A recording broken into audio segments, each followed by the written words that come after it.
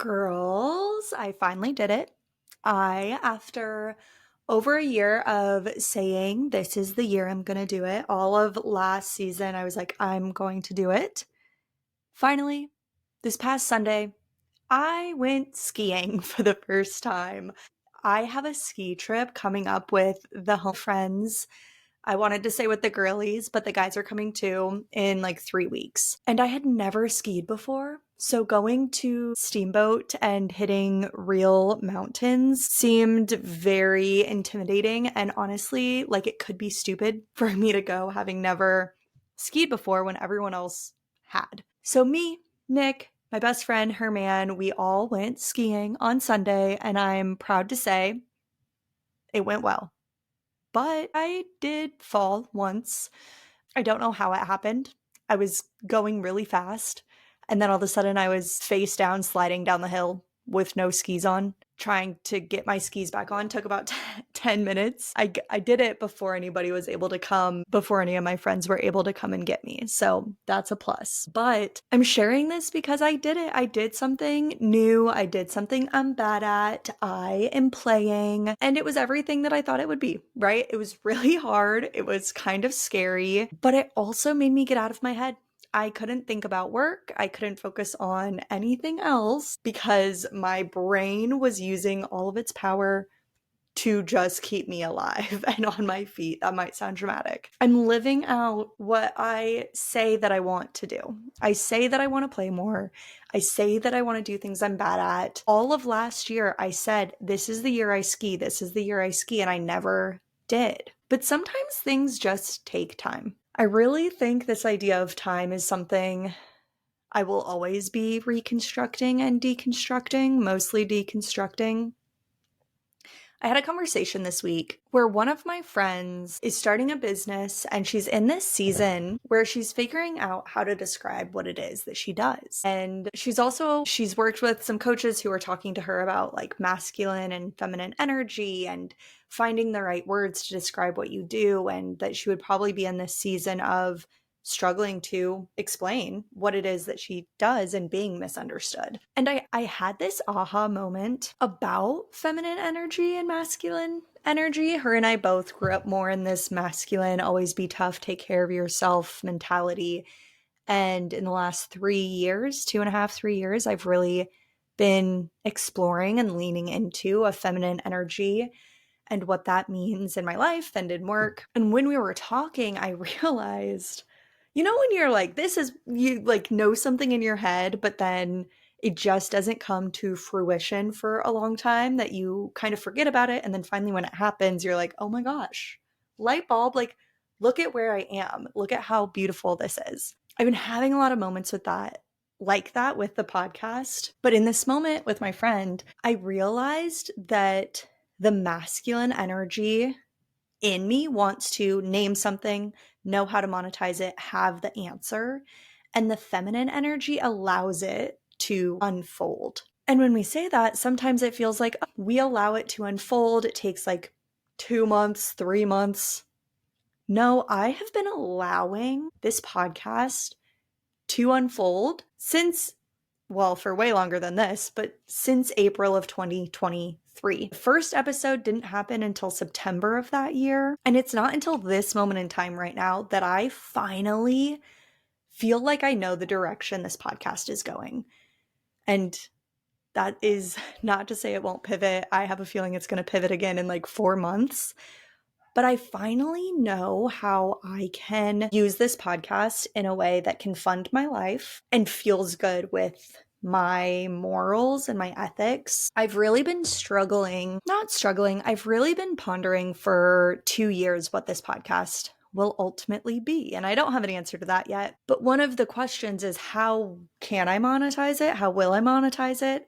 I've always been against running ads that are for any old company that I wouldn't purchase from, because I just don't want to promote buying things for the sake of buying things and make my money promoting capitalism. And I've been a business coach, so part of me feels like coaching is really natural, but I didn't want becoming obsessed to be a space where we're always actively improving and getting coaching to be better and stronger and faster. And none of that really aligned. If you need a business coach, if you need a program, I've worked with business coaches. I'm in programs for different things right now. I recommend those. I didn't feel like I needed to add more to the conversation on those topics. That is something I could have done. Probably easily and quickly got into the conversation. Could have been a success, could have not been. But instead of figuring out the answer, I have just been patiently, or not so, patiently waiting, creating episode after episode, having the conversations that I want to have, exploring the topics that I'm exploring in my life to see where it takes me. And I finally feel like we're arriving at, I almost want to say the door at step 1. Because in just a couple weeks, on March 14th, I am hosting the very first Becoming Obsessed Live, Experience the Power of Play. It is a night fully to get weird, to get silly, to feel dumb, to do things that you've never done. That's why I started this. That's where the skiing comes in. It's something I've never done before. I want this night and this community to be a chance for you to not show up your best, for you to not feel pressure to be better, growing and improving. We all go through seasons. And I don't think there's ever been a season of my life where I haven't been growing in some way, but I know I'm speaking to high achieving women, creatives, business owners. Our natural tendency is to grow. Our natural tendency and cultural pressures are to be better, to make more money faster. It's all about better, stronger, faster, whatever. And I want this to be a space where we can pause, we can breathe, we can play, we can take the pressure off, show up in a community of people who maybe your hair is perfectly done and you're tying it up, or maybe it's been in a ponytail all day because you've been working and you're going to let it go. Whichever one relates to you, we're taking a moment to exist, to have a human experience, to have fun, be silly, be unproductive. This event is all about leaving perfectionism at the door. You step into this space. We're going to have many ways to play. I'm going to be sharing about the power of play, how it is working in my life. And I'm also going to be asking other people to share their experience with play. But I couldn't have had this event at any other moment in the journey of this podcast because I didn't know this is what I needed. And if I need it, I know somebody else does too. And the other thing I'm reminding myself is that even in throwing this event, I'm just playing. I'm testing things out. I'm seeing how it goes. There's 50 tickets available. If I can get at least 20 people there, we'll be good. Well, financially, it'll be a little bit of a hit, but that's okay. That's part of this journey, and that's okay. But I just keep coming back to, there was no amount of thinking, calculating, conversations, figuring out that could have got me here quicker. There isn't. I had to allow it to unfold and be in that feminine energy of flow, of receiving, even if it's receiving an idea after 2 years of just walking through the motions, going about the process, being about the journey, not the destination. In my email sequence for the podcast, one of the first emails asks you to share something with me that you are proud of, big or small. And it's so funny because I just wanted to say how proud I am of myself in this moment for trusting the process, for following the what if before I had the answer or the destination. And I still don't. Like, guys, I still have no idea where we're going with this. But we're taking the next step and we're doing it together. And I say that part about being proud of myself because before I said it, I paused as if, oh my gosh, this is weird. This is the second time this week I'm being like, guys, I'm proud of myself.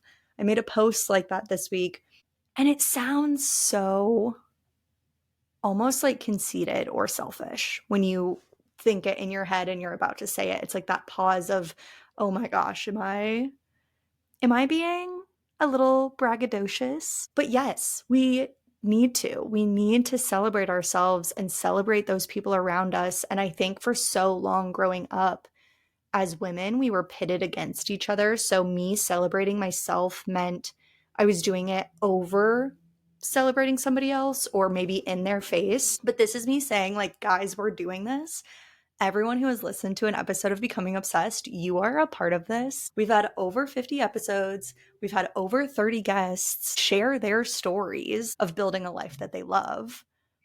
We've had hundreds of people listen. So yeah, we get to celebrate together.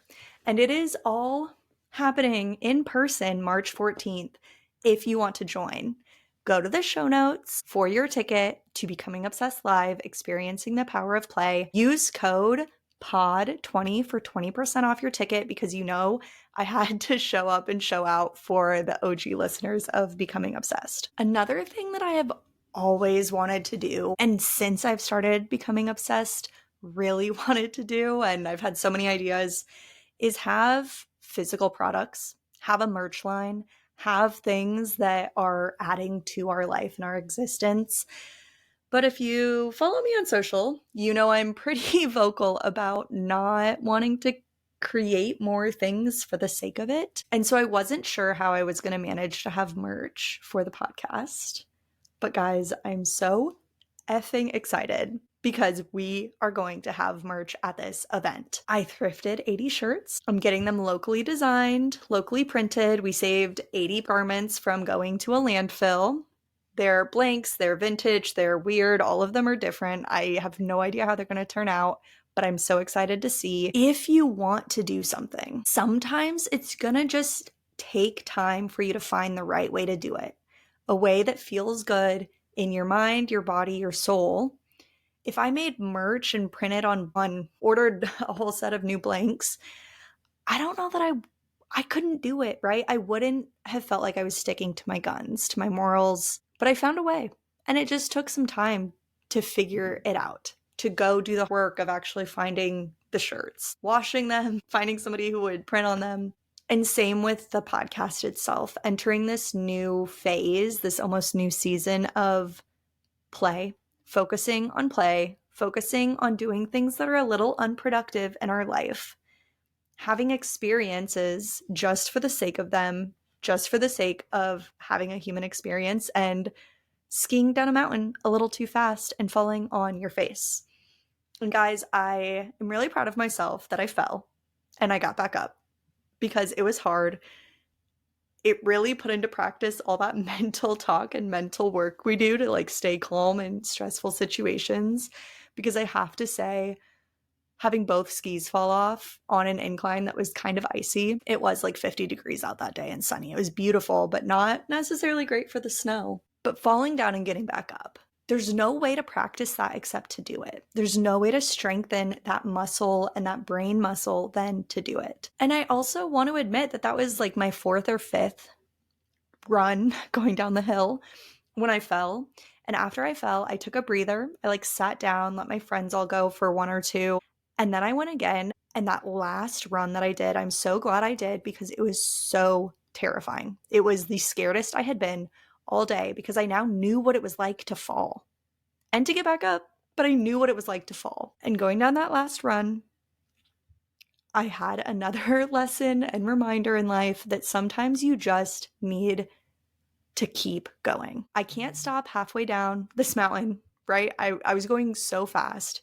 I can't just stop because I'm afraid. The only way to get to the bottom of the mountain is to keep going, even when it's scary, even when it's faster or slower than you want it to be, even when you fall and have to get your skis back on and it takes you 10 minutes to figure it out. It's such a good analogy for all of life, right? But when we're not doing things we're bad at, when it doesn't matter, then we're probably not going to do the things we're bad at when it does matter. Like starting the podcast, starting the business, taking a risk, working on yourself. So I hope that this is a space, and this event on March 14th is going to be a space where you can leave perfectionism at the door. You can leave the mask of needing to be better, grow faster, make more at the door. You can show up and be bad at things. Guys, I can't even tell you some of the activities we have planned because I think it would make some of you afraid to come, and they're the least scary activity if I said it.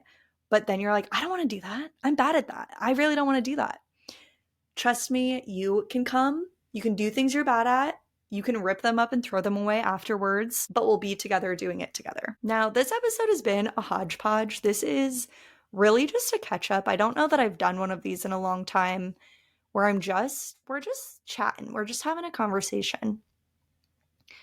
And so I'm going to throw something else in here. Yesterday, I had the chance to speak at 1 Million Cups and be on Sandy Spady's Power Up talk show. Such a fun, phenomenal day. But something I've had a couple conversations lately. Tina Bakehouse was one of them, about how we don't see the negative side behind success, and that we also usually don't see the failure that's behind success. So one thing that happened this week has been crazy. I worked so much. I've already it's only Thursday and I've like doubled the hours I usually like to work in a week, and it's worth it.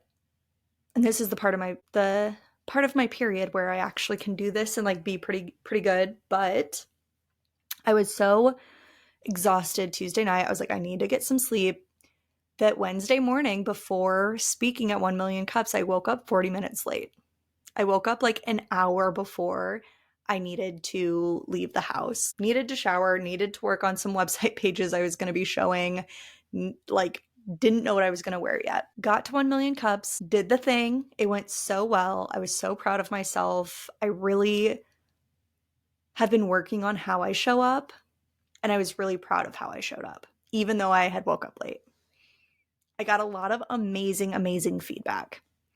And that's what I want to talk about. Is I had my phone on do not disturb all day long. I knew I couldn't get too distracted. I had to stay focused, get through all these speaking things, get through some work. But because I was getting an unusually high amount of notifications, even though it was on do not disturb, when your phone is on do not disturb and you open it anyway and you see everything, because I was getting more notifications, I felt my nervous system start craving more notifications. Last night, even today, I feel the withdrawal of not having all of that positive feedback that I got all at once. And you're like, okay, Teresa, this is a really weird thing to say. You're like, this is the negative side of success.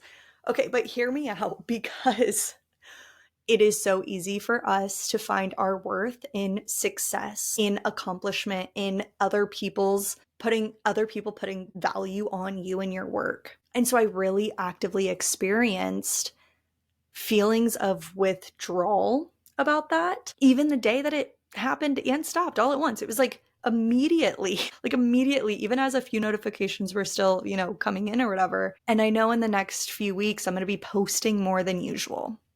And so again, it's something that I'm watching and being aware of in my own journey of building a life that I love and feeling really content and confident in who I am, finding my sense of worth and happiness internally, not externally. But one other thing that I've been doing, because I think it's really easy also for us to forget all of the good. It could be really easy for me, even in a couple days, post this episode, see how many people watched it, and then in my head be like, oh my gosh, what am I doing? I'm not doing enough. Even though I just had people tell me good job so many times, so many more times this week than usual. It's so easy to forget. It's so easy to focus on the critiques and the negativity and that I'm not doing enough. And so something I am doing is taking screenshots. Every time somebody says, hey, I really appreciated that, or I just listened and this really spoke to me, or I loved your guest. Any of this positivity, I am screenshotting it and I have a folder in my phone so that when I am feeling like I'm not enough, I have a place I can go to be reminded that even being on this journey for myself is enough. Even touching one person with a podcast or with a speaking or whatever is more than enough. But it's always a balance. It's never one or the other, right? This week was very successful, very fun, very fulfilling. And then because of that, when that kind of subdues a little bit, you can feel a little bit empty or a little bit longing or chasing. And neither of those are wrong. My experience, it's not that I'm sharing, oh, it was wrong, I should have been better, I should have been more secure in myself. No, we're good. I'm good. But if I experience this, then I'm guessing somebody else has too. And it's not something I've really seen people talk about very often. I think a lot of times we don't necessarily talk about failure until so far down the line, or we see somebody having success and they're not sharing hey guys, come tell me more about how good I am because I'm having withdrawals, right? Like, no one's gonna say that. But it's a real human experience. And it's not good, it's not bad, it's neutral. It is what it is. And I think just having that awareness and having those conversations of like, hey, this was amazing. And now I'm having a little bit of a social hangover. I'm having a little bit of withdrawal. And then also that awareness for yourself, knowing what do you do next? What do you do to make sure that you're not going after more attention to try to regulate, but you're doing something else? Like go get some sunshine and go on a walk. Or I went to Target and bought a puzzle and I was like, okay, I used my brain so much today and I don't want to be on social media anymore. I need to keep my hands busy. I need to kind of calm down my nervous system. And we went and got a puzzle, did a puzzle, started it. It's 2,000 pieces. Guys, I'm going to be working on this for a while. I'll keep you updated. There's so many amazing things happening right now that I've been calling in for a long time, that I've been wanting for a long time, even if I didn't know exactly what they were or how to name them. And that is the flow of receiving. You don't just sit in your feminine or start to understand you have a feminine energy and then have everything flow at once. I would say it's been like 2-3 years since I've really started to feel comfortable getting help, receiving anything, and not just powering my way and doing it all myself. And that's just the beauty of this journey. So, like I said, this is so much of a hodgepodge episode. I'm so grateful for where we're at and everything that's happening. Guys, this party is going to be, it's also my birthday that week. So I'm kind of throwing myself a birthday party, but I'm really excited to just get a room full of people together for us to just be silly, be stupid, do things we're bad at. We'll end the night with a dance party. We're going to have food. We're going to have drinks. We're going to have exclusive merch. So get your ticket before they sell out. I'm calling it in that we're going to sell out all 50 tickets. It's going to be a good time. All right, let's go get obsessed.